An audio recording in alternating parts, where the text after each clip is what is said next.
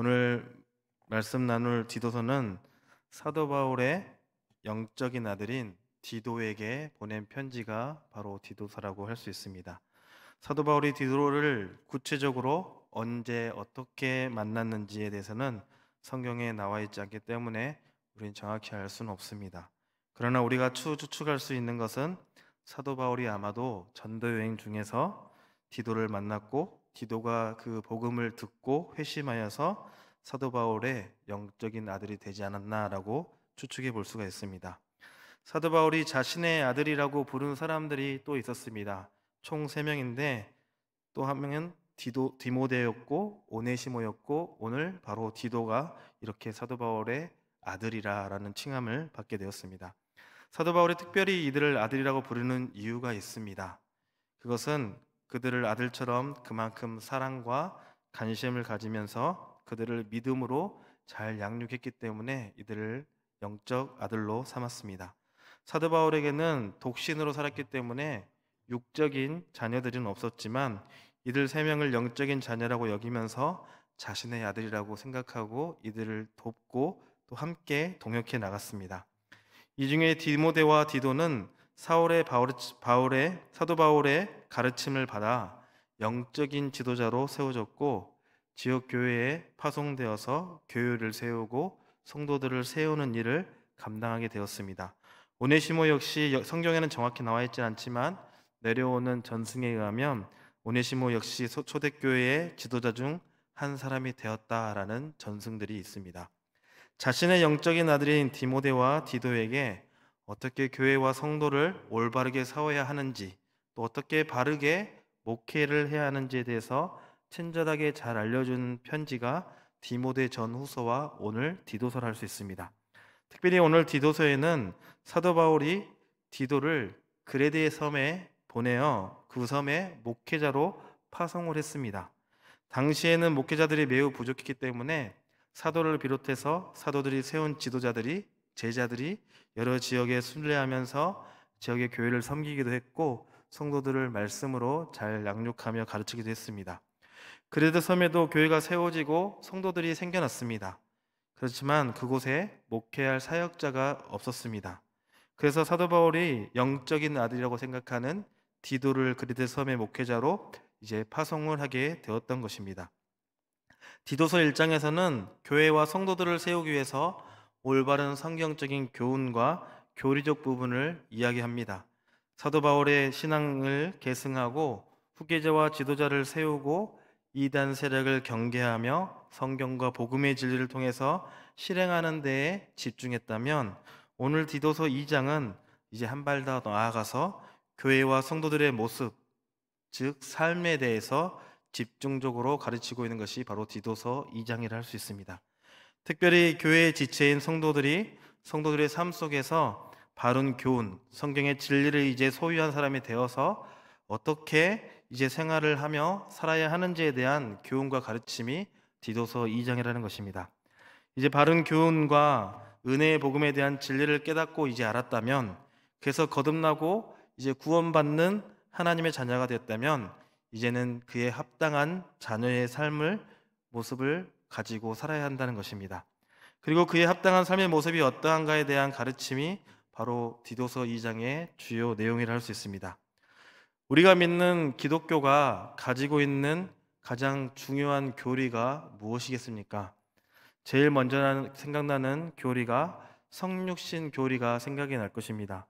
하나님과 동등되신 예수님이 인간의 몸으로 입고 이 땅에 오신 사건이 성육신 사건입니다. 이 사건을 우리는 성육신 사건이라고 부르고 기독교 핵심 교리라고 이야기를 합니다. 또 하나의 교리가 있다면 바로 십자가와 부활의 교리라고 할 수 있습니다. 하나님의 아들이신 예수님께서 우리의 죄를 사하시기 위해서 십자가에 돌아가시고 우리를 하나님의 의로운 백성과 존재로 거듭나게 하시기 위해서 죽은 지 3일 만에 다시 부활하신 이 사건, 바로 십자가와 부활의 사건이야말로 우리 그리스도인들이 반드시 믿어야 할 기독교의 가장 중요한 교리라고 할 수 있습니다. 무엇보다 이 십자가와 부활의 사건이 다른 누구가 아니라 바로 나를 위해서 이루어진 사건이라는 것을 믿는 것이야말로 우리가 가장 중요한 그리스도인의 믿음의 고백이라고 할 수가 있습니다. 성육신 사건과 더불어 십자가와 부활 사건이 우리들의 삶 속에 이루어진 가장 큰 기적이라고 할 수 있고, 이 기적 외에는 우리가 다른 것을 사모하거나 추구할 필요가 없음을 우리가 먼저 알아야 합니다. 성육신의 교리와 십자가 부활의 교리는 이 모든 것이 다 기독교를 대표하는 가장 중요한 교리임을 우리는 틀림이 없이 알 수 있습니다. 그러나 사실 이러한 교리는 다른 종교에서도 찾아볼 수가 있습니다. 과거 많은 고대 종교들에서부터 지금까지 알린 종교들을 보면 신이 인간이 되었다는 이야기가 나와 있습니다. 그리고 신이 인간을 위해서 죽었다는 내용을 가진 신화도 있습니다. 그리고 다시 살아났다는 이야기도 존재는 합니다. 우리나라 신화에도 보면 삼국시대의 신라의 경우 헛것의 신화라는 그런 것이 있습니다. 거기 보면 하늘에서 신성한 알이 지상으로 내려오고 이 알에서 태어난 신성한 존재가 왕이 되는 것을 나타납니다. 다시 말하면 기독교에 의해 신이 인간이 된 사실, 신이 인간을 위해 고난받고 죽으며 다시 부활한다는 그 이야기는 많지는 않지만 사실은 존재하고 있다는 것입니다. 그렇다면 우리가 믿는 기독교 신앙과 조금 전에 말했던 그런 신화와 다른 종교와 구별되는 것이 무엇이겠습니까? 그것은 바로 아무런 조건 없이 우리에게 베풀어진 하나님의 한량없는 은혜와 사랑에 대한 교리라는 것입니다. 다른 이방 종교의 신들은 인간이 공로를 세워야 하고 인간이 선해야 하고 인간의 가능성에 중점을 둡니다.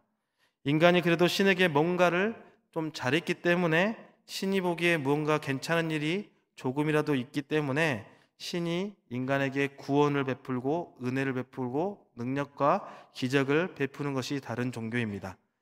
혹은 인간의 마음 속에 있는 선함과 가능성을 소중하게 보면서 그것 때문에 신이 인간을 도우려고 하는 것이 다른 종교의 모습들입니다. 하지만 그러나 기독교는 다릅니다. 우리가 믿는 하나님은 우리에게 아무런 조건 없이 우리에게 은혜와 사랑을 베푸셨다는 것입니다. 로마서 5장 6절에서 8절까지의 말씀을 보면 이렇게 말씀합니다. 우리가 아직 연약할 때의 기약대로 그리스도께서 경건하지 않는 자를 위하여 죽으셨도다. 의인을 위하여 죽는 자가 쉽지 않고 선인을 위하여 온감이 죽는 자가 혹 있거니와 우리가 아직 죄인 되었을 때 그리스도께서 우리를 위하여 죽으심으로 하나님께서 우리에 대한 자기의 사랑을 확정하셨느니라 라고 말씀해주고 있습니다. 성경은 분명히 예수님께서 경건하지 않는 자를 위해서 죽으셨다라고 우리에게 말씀해주고 있습니다. 우리가 아직 죄인 되었을 때 우리를 위해서 죽으셨고 죽으심으로 우리를 향한 하나님의 사랑을 확증하셨다라고 선언해주고 계십니다. 다른 종교에서는 도무지 찾아볼 수 없는 바로 우리 기독교만이 제공하는 일관성 있는 메시지가 바로 값없이 주시는 하나님의 은혜라는 것입니다. 우리는 아무런 의로운 것, 선한 것이 없는 존재인데도 불구하고 오히려 하나님 앞에 불순종한 그런 죄만 짓는 인간인데도 불구하고 우리를 위해서 하나님께서는 일방적으로 우리를 은혜를 베푸셨고 예수 그리스도의 생명을 내어주시는 사랑을 우리에게 보여주셨다는 것입니다. 이것이 바로 우리가 믿는 바로 하나님이시고 기독교의 가장 중요한 특별한 신앙의 모습이라 할 수 있습니다. 오늘 우리가 읽었던 본문 11절 말씀에 보면 모든 사람에게 구원을 주시는 하나님의 은혜가 나타났고 라고 말씀하고 있습니다.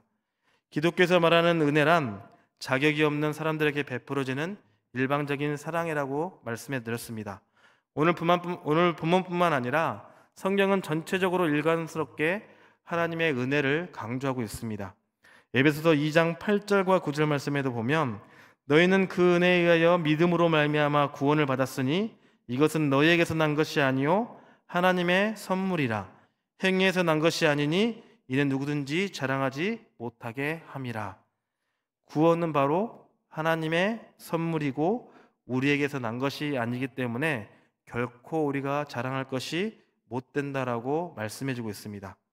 디도서 3장에서도 동일하게 가르칩니다. 디도서 3장 5절 말씀에 보면 우리를 구원하시되 우리가 행한 바 의로운 행위로 말미암지 아니하고 오직 그의 긍휼하심에 따라 중생의 씻음과 성령의 새롭게 하심으로 하셨나니 라고 말씀해 줍니다.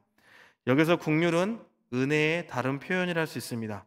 죄로 인해 저주받아 마땅한 그런 사람들에게 오히려 저주가 아닌 바로 사랑을 베푸심이 바로 국률이라는 것입니다. 이처럼 하나님의 말할 수 없는 큰 은혜를 받아서 구원받은 하나님의 자녀들은 그냥 각자 알아서 살아가는 존재가 아니라는 것입니다. 하나님의 은혜를 경험한 주님의 자녀들은 이제 함께 모여 나를 구원해 주신 하나님, 나에게 한량없는 은혜와 사랑을 베풀어 주신 예수님을 찬양하며 하나님께 경배하는 삶, 예배하는 삶을 우리가 살아가야 한다는 것입니다. 구원을 받고 끝난 것이 아니라 구원받은 자들이 하나님께 보시기에 합당한 자로 살아갈 수 있도록 하나님께서는 교회라는 하나의 신앙 공동체를 이 땅에 세우시도록 허락해 주셨다는 것입니다. 그래서 교회에는 하나님의 구원의 은혜를 체험한 사람들의 은혜 공동체라 할 수가 있습니다. 왜 은혜로 구원받은 사람들을 주님께서는 각각 혼자 남겨두시지 않으시고 공동체를 만들어 살아가게 하셨을까요? 그것은 은혜로 구원받은 사람들이 서로를 격려하며 살아야 할 삶들이 우리에게 아직 남아있기 때문입니다. 아직까지 우리가 감당해야 할 하나님의 뜻과 우리의 사명과 소명들이 남아있기 때문에 우리는 공동체를 이루며 하나님 앞에 나아가야 합니다. 우리가 하나님 앞에 천국에 가는 그날까지 우리는 성화되어야 하고 주님을 닮아가야 할 그런 삶을 우리가 살아가야 된다는 것입니다.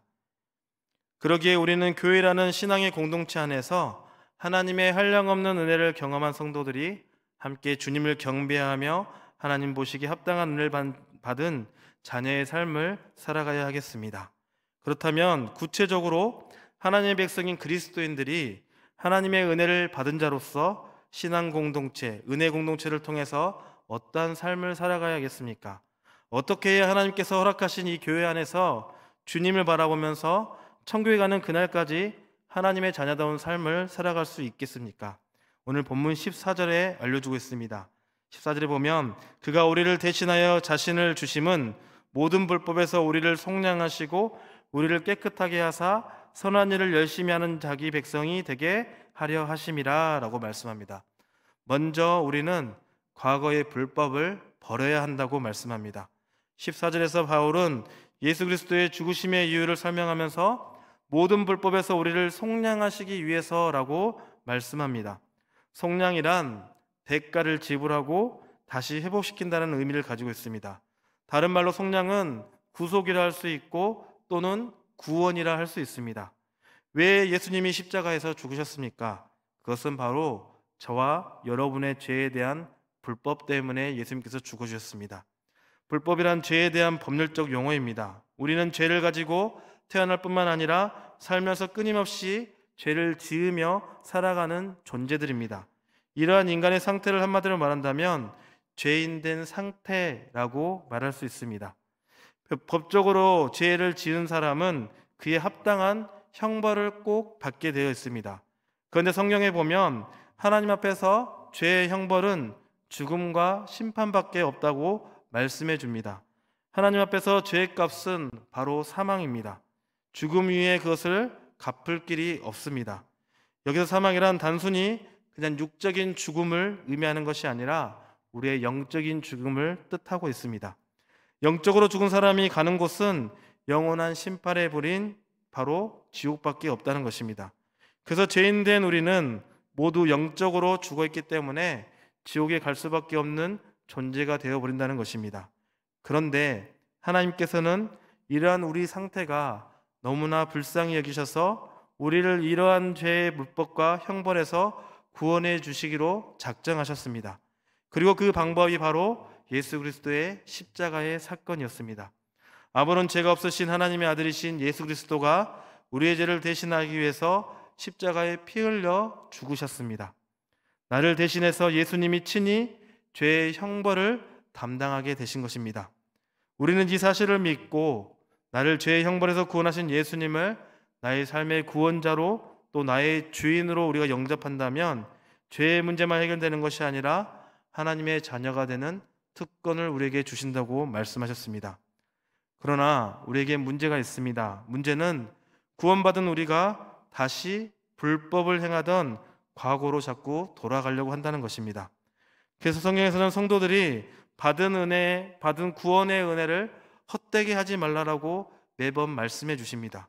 인간에게는 누구나 과거로 돌아가려 하는 습성이 본능을 가지고 있습니다.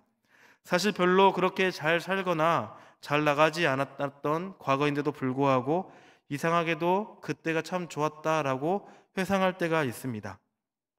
그것은 마치 구약에서 애굽의 종살이에서 구원받아서 약속의 땅 가나안 땅을 향 가는 출애굽했던 이스라엘 백성들과 같습니다. 이스라엘 백성들은 400년이 넘게 애굽 땅에서 종살이를 했습니다. 매일매일 심한 강제 노역을 하면서 육체적으로 정신적으로 심한 고통을 당하며 살고 있었습니다.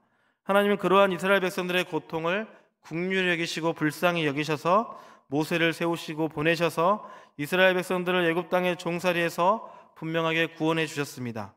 그런데 이상하게 이스라엘 백성들은 틈만 나면 하나님을 원망하고 과거를 그렇게 고통스러웠던 그 애굽의 종살이를 그리워하며 애굽으로 돌아가자라고 자꾸 말을 합니다. 오늘날 우리도 죄의 종살이했던 그러한 우리의 옛 모습을 그리워하면서 하나님의 구원의 은혜를 헛되이 하는 그러한 삶을 살고 있지 않은지 한번 생각해 보시길 바랍니다. 우리가 하나님을 모르고 살았던 그 죄된 과거의 삶을 조금 그리워하고 그곳으로 돌아가려고 한다면 우리는 나를 구원하신 하나님의 은혜를 헛되이 하는 일임을 우리는 분명하게 기억해야 합니다. 은혜로 구원받는 우리는 이제 과거로 후퇴되지 않고 앞으로 성장하며 나아간다는 것입니다. 그러기 위해서는 우리는 과거의 죄나 불법으로 돌아가지 않도록 우리에게 버릴 것이 있다면 버릴 줄 알아야 한다는 것입니다. 이것은 우리 개인만의 힘과 노력으로 되는 것이 아닙니다. 하나님의 은혜 안에서 교회의 공동체가 함께 노력하며 이루어가는 것이 바로 죄에서 불법에서 벗어나는 것입니다. 본문 12절 말씀에 보니까 우리를 양육하시되 경건하지 않는 것과 이 세상 정욕을 다 버리고 신중함과 의로움과 경건함으로 이 세상에 살고 라고 말씀합니다. 오늘 은혜 받은 교회 공동체가 이 세상을 변화시키는 변화의 공동체가 되기 위해서는 더 이상 세상을 쫓지 않고 더 이상 세상의 쾌락과 즐거움, 만족을 전부라고 여기면 안 되고 버릴 것이 있다면 과감하게 버려야 한다는 것입니다. 교회 안에서 저와 여러분이 버려야 할 것이 무엇이 있겠습니까? 하나님께서 기뻐하지 않는 것들, 세상의 정욕, 경건하지 않은 것을 버릴 수 있도록 하나님의 도우심을 구하시며 버려야 할 것들이 버리며 살아가는 저와 여러분이 되시기를 주님의 이름으로 간절히 축복합니다. 두 번째로 우리는 선한 일도 힘써야 한다는 것입니다. 우리를 죄에서 구원해 주시고 하나님의 백성으로 만들어 주신 하나님의 은혜에 대해서 우리의 응답은 단순히 무엇인가를 버리는 것으로만 끝나는 것이 아니라 더욱더 우리가 해야 할 일이 있다는 것입니다. 단순히 무엇인가를 버리는 것 이상으로 우리는 무엇인가를 취해야 합니다. 성경은 그것을 선한 일이라고 말씀해 주고 있습니다. 우리는 결코 착한 일과 선한 일을 해서 구원받는 것은 아닙니다. 그러나 구원받는 사람에게는 반드시 선한 일을 갈망하고 소망하는 마음이 생기게 되어 있다는 것입니다. 에베소서 2장 10절에 보면 우리는 그가 만드신 바라 그리스도 예수 안에서 선한 일을 위하여 지으심을 받은 자니 이 일은 하나님이 전에 예비하사 우리로 그 가운데서 행하게 하려 하심이니라 라고 말씀해 줍니다. 구원은 예수 그리스도의 대속의 은혜로 믿음으로 얻는 것이지만 구원에 대한 증거는 바로 우리가 하나님의 선하심을 닮아서 선한 일을 행할 때 비로소 증거가 나타난다는 것입니다. 그러나 그리스도인들의 선행은 단순히 그냥 세상에서 말하는 착한 일, 또 어려운 사람을 돕고 섬기는 것으로만 끝나서는 안 됩니다. 이러한 착한 일은 사실 믿지 않은 사람들도 충분히 얼마든지 할 수 있는 일입니다. 참된 그리스도인의 선행은 세상에서 말하는 착한 일을 뛰어넘어서 주님의 놀라운 은혜와 사랑을 남들에게 전하는 일까지 포함되어야겠습니다. 내가 경험한 하나님의 은혜, 사랑, 그 은혜와 사랑에 감격해서 주님을 위해서 선한 일을 하는 것, 어렵고 힘든 이웃을 돕고 그들에게 그리스도의 사랑과 은혜를 전해주는 것이 이것이 바로 참된 그리스도인들의 선한 일이라고 할 수 있습니다. 우리 그리스도인들의 공동체인 교회는 모일 때마다 하나님의 은혜를 기억하며 찬양하고 경배합니다. 하나님 앞에 또한 예배를 드립니다. 그러나 그것이 단순한 우리들만의 모임이 되어서는 안 된다는 것입니다. 하나님을 경배하고 찬양하는 사람들, 하나님 앞에 예배로 영광 돌리는 사람들은 다시 이제 세상에 나아가서 주님을 위한 선한 일을 준비하고 또 실행해 나아가야 한다는 것입니다. 이것은 아까 말한 것처럼 우리의 힘과 노력만이 아닌 바로 성령님의 도우심이 받고 성령의 다스림 속에서 비로소 우리는 가능해질 수가 있습니다. 그러기에 우리는 추구해야 할 것이 있는데 바로 성령 충만이라 할 수 있습니다. 성령 하나님의 다스림과 도우심을 우리가 날마다 기대하고 갈망하면서 나아가시기를 바랍니다. 우리가 구원받았으면, 예수님을 구주로 영접했으면 우리 안에는 이미 성령님께서 들어와 계십니다. 우리 안에 들어와 계신 성령님, 그 성령님을 인정하고 그 성령님이 기록하게 하신 성경에 순종하는 삶을 살아가는 것이, 그것이 성령의 다스리심을 받는 삶을 살아간다고 말할 수 있습니다. 성경에 기록된 하나님이 기뻐하시는 뜻대로 내가 주님을 닮아가는 삶을 기대하고 소망하고 성경의 가르침과 교훈을 따르는 삶을 사는 것, 또 하나님 앞에서 거룩하게 구별된 삶을 사는 것, 하나님을 의식하며 믿음의 삶을 사는 것, 이것이 바로 성령 충만한 삶을 살아가는 것이라 할 수 있습니다. 성경 말씀의 가르침대로 순종함으로 성령님께서 주시는 힘과 능력과 지혜로 하나님의 선한 일에 힘쓰는, 또 힘쓰는 교회와 선한 일을 힘쓰는 저와 여러분이 되시기를 주님의 이름으로 간절히 축복합니다. 마지막으로 우리는 미래에 대한 소망을 기다리며 또한 살아가야겠습니다. 우리가 이처럼 죄를 버리고 선한 일을 시도하려고 할 때 반드시 부딪히는 장애가 있습니다. 그것은 바로 세상이 우리의 이런 노력을 전혀 몰라준다는 것입니다. 그래서 때로는 내가 하나님 앞에 깨끗하게 살려고, 믿음으로 살려고 노력을 하다가도 세상 사람들의 비웃음이 되기도 하고 조롱을 당할 때가 있습니다. 때로는 무관심에 상처를 받기도 하고 또한 좌절할 때가 있습니다. 내가 이렇게 죄를 떠나서 몸부림치고 주님의 선한 일을 잘 감당하려고 힘쓰고 노력했지만 막상 나에게 돌아오는 것은 아무것도 없는 것 같은다 라고 허무한 심정이 들 때가 있다는 것입니다. 내가 세상에서 이렇게 살려고, 이런 꼴을 당하려고 예수님을 믿었나 라는 생각이 들 때가 있다는 것입니다. 그러나 우리가 분명하게 명심해야 할 것이 있습니다. 우리가 죄를 버리기 위해서 몸부림치고 주님의 선한 일을 힘쓰고 애쓰는 이유는 다른 것 때문이 아니라 바로 하나님의 은혜에 대한 그저 나의 응답이라는 사실을 기억해야겠습니다. 우리 안에는 사실 보상 심리가 많이 있습니다. 그것이 꼭 무슨 상을 바라는 것은 아니지만 우리 마음속에 깊은 곳에서는 그래도 좀 나를 알아봐 줬으면 하는 생각을 하는 사람이 바로 속마음입니다. 이것은 누구나 가지고 있는 인간의 모습인 것 같습니다. 그러나 우리는 꼭 기억해야 합니다. 우리가 믿음의 선한 싸움을 싸우는 이유는 신앙생활함에 있어서 내가 낮아지고 주님을 닮기 위해서 피와 땀을 흘리는 이유는 바로 하나님의 은혜를 내가 경험한 사람이기 때문이라는 것입니다.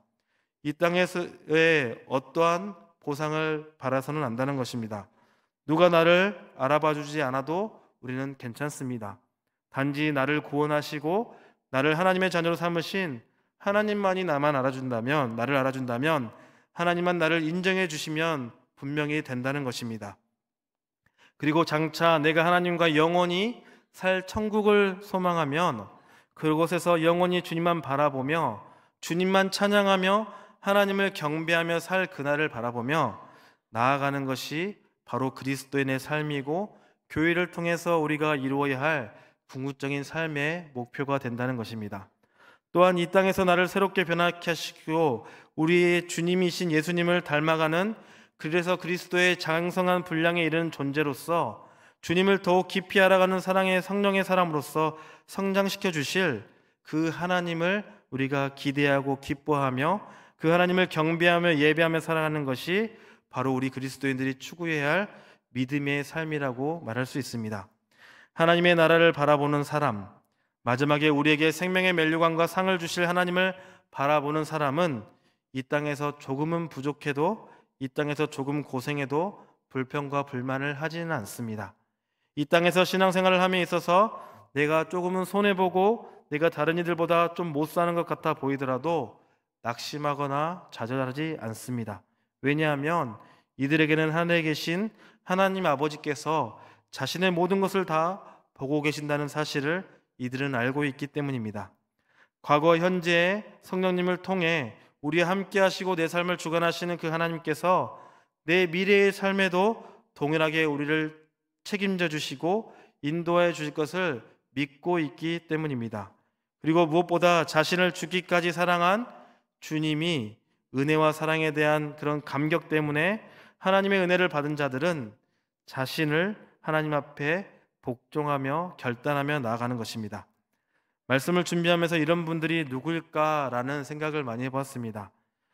어떤 사람이라면 교회 안에 한 영혼을 사랑하면서 아이들을 가르치는 교회학교 교사들이 아닐까, 덥고 추운 날씨에도 복음을 전하기 위해서 힘쓰는 전도대가 아닐까, 교회의 전반적인 기도 제목을 하나하나 기도하며 나아가는 중보기도는 아닐까, 하나님의 은혜에 감격하여 기쁨으로 봉사하는 주방으로 주차로 관리로 청소하는 분들은 아닐까, 예배를 은혜가 넘치게 하면서 예배위원으로 또 안내로 음영부로 찬양대로 또 새가족부로 또 이에 모든 여러 직분자들과 부수장들 또 임원들 우리 구성원들 한 사람 한 사람이 아닐까라는 한번 생각을 보게 되었습니다.